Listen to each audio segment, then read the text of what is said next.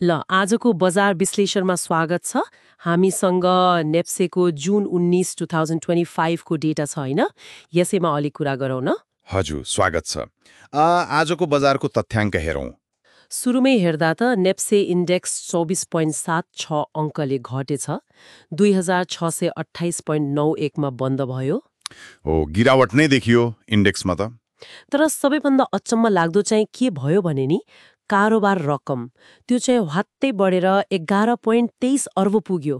त्यो एकदमै नोट गर्नुपर्ने कुरा हो।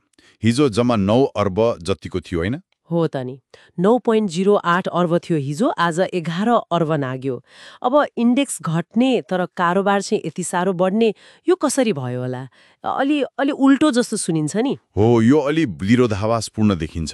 एकातिर हेर्नुहोस्, सबै 13वटै सब इन्डेक्स रातो भयो। सबै रातो? सबै। यसले त बजारमा बिक्री गर्ने चाप एकदमै धेरै थियो भन्ने देखाउँछ। मतलब सेन्टिमेन्टली नकारात्मक नै रह्यो। ठिक हो। तर अर्कोतिर कारोबार रकम 11 अर्ब कट्नु भनेको चाहिँ बजारमा मान्छे चुप लागेर बसेका छैनन् भन्ने हो। किन्ने र बेच्ने दुवै पक्ष सक्रिय थिए। मतलब बिक्री मात्रै होइन, किन्ने पनि थिए। हो, कि त किन्नेहरू पनि त्यत्तिकै सक्रिय थिए कि त एकदमै ठूलो भोल्युममा, ठूलो संख्यामा शेयर किनबेच भयो के, जसले गर्दा रकम बढ्यो। नारु हो। यस्तो चाहिँ प्राय कुनै खास सेक्टर वा स्टकमा लगानीकर्ताको धेरै चासो हुँदा वा ठूलो बिक्री चाप आउँदा देखिन्छ। त्यो कुराले अलि प्रष्ट भयो।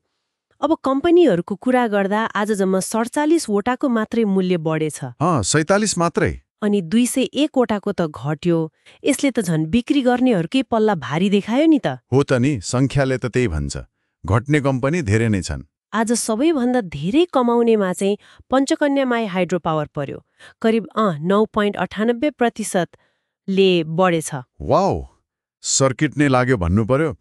बजार घटेको बेला यस्तो वृद्धि त निकै राम्रो हो। पावर चाहिँ झन्डै 10% ले घटे। यिनीहरू आजको टप लुजर भए। हेर्नुहोस् त, हाइड्रोमै एउटा सर्किट हान्ने, अर्को सर्किट लेभलमै घट्ने। यसले के देखाउँछ भने नि, लगानीकर्ताहरू अहिले एकदमै छानेर मतलब सेलेक्टिभ भएर लगानी गरिरहेका छन्। सेक्टर एउटै भए पनि कम्पनी हेरेर फरक व्यवहार देखियो। हो, त्यो पनि हो। पञ्चकन्यामा केही राम्रो खबर आयो कि? हुन सक्छ केही कम्पनी विशेष सकारात्मक हल्ला वा नतिजाको अपेक्षा होला। अनि प्योर एनर्जी र रसुवागढीमा चाहिँ सायद नाफा बुक गर्नेहरू हाबी भए होइन, वा अरू केही नकारात्मक कारण होला। त्यो हुन सक्छ। अनि त्यो कारोबार रकमको कुरा जोड्दा सबैभन्दा बढी कारोबार एनग्यादी ग्रुप पावरको भयो नि त। हो त। कति अरे? 85 करोड भन्दा माथि। हो, 85 करोड 44 लाख रुपियाँ भन्दा बढी। यो एउटै कम्पनीको कारोबार रकम हो। हो, 85 करोड एउटै स्टकमा, यो त ठुलै रकम हो नि। एकदम। आजको कुल कारोबार रकम यति धेरै हुनुमा यसको पनि ठूलो हात छ। यसले के संकेत गर्ला त? एन्यादीमा लगानीकर्ता एकदमै आशावादी छन् कि त्यहाँ ठूलो बिक्री भइरहेको छ? खै, यो दुवै हुन सक्छ।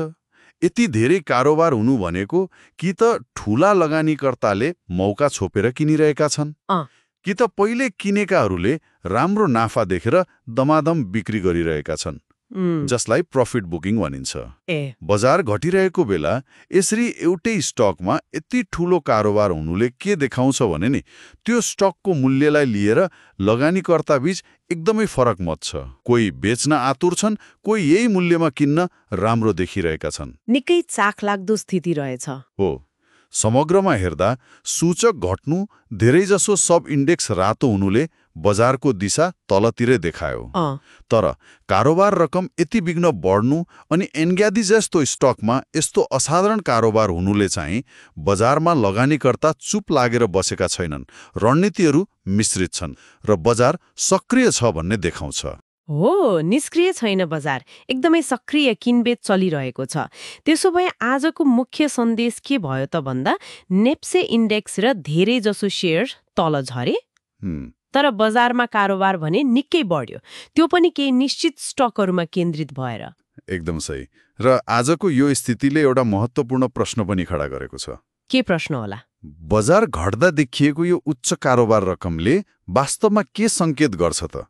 के यो ठूला खेलाडीहरूले नाफा बुक गर्दै मतलब सेयर बेचेर बाहिरिन लागेको सङ्केत हो, जसलाई बजारको भाषामा डिस्ट्रिब्युसन भनिन्छ नि। ए डिस्ट्रिब्युसन हो, वा यो बजारको अनिश्चितता बीच घटेको मूल्यमा केही चतुर लगानीकर्ताले अवसर देखेर सेयर थुपार्न थालेका हुन्, जसलाई एक्युमुलेसन भनिन्छ।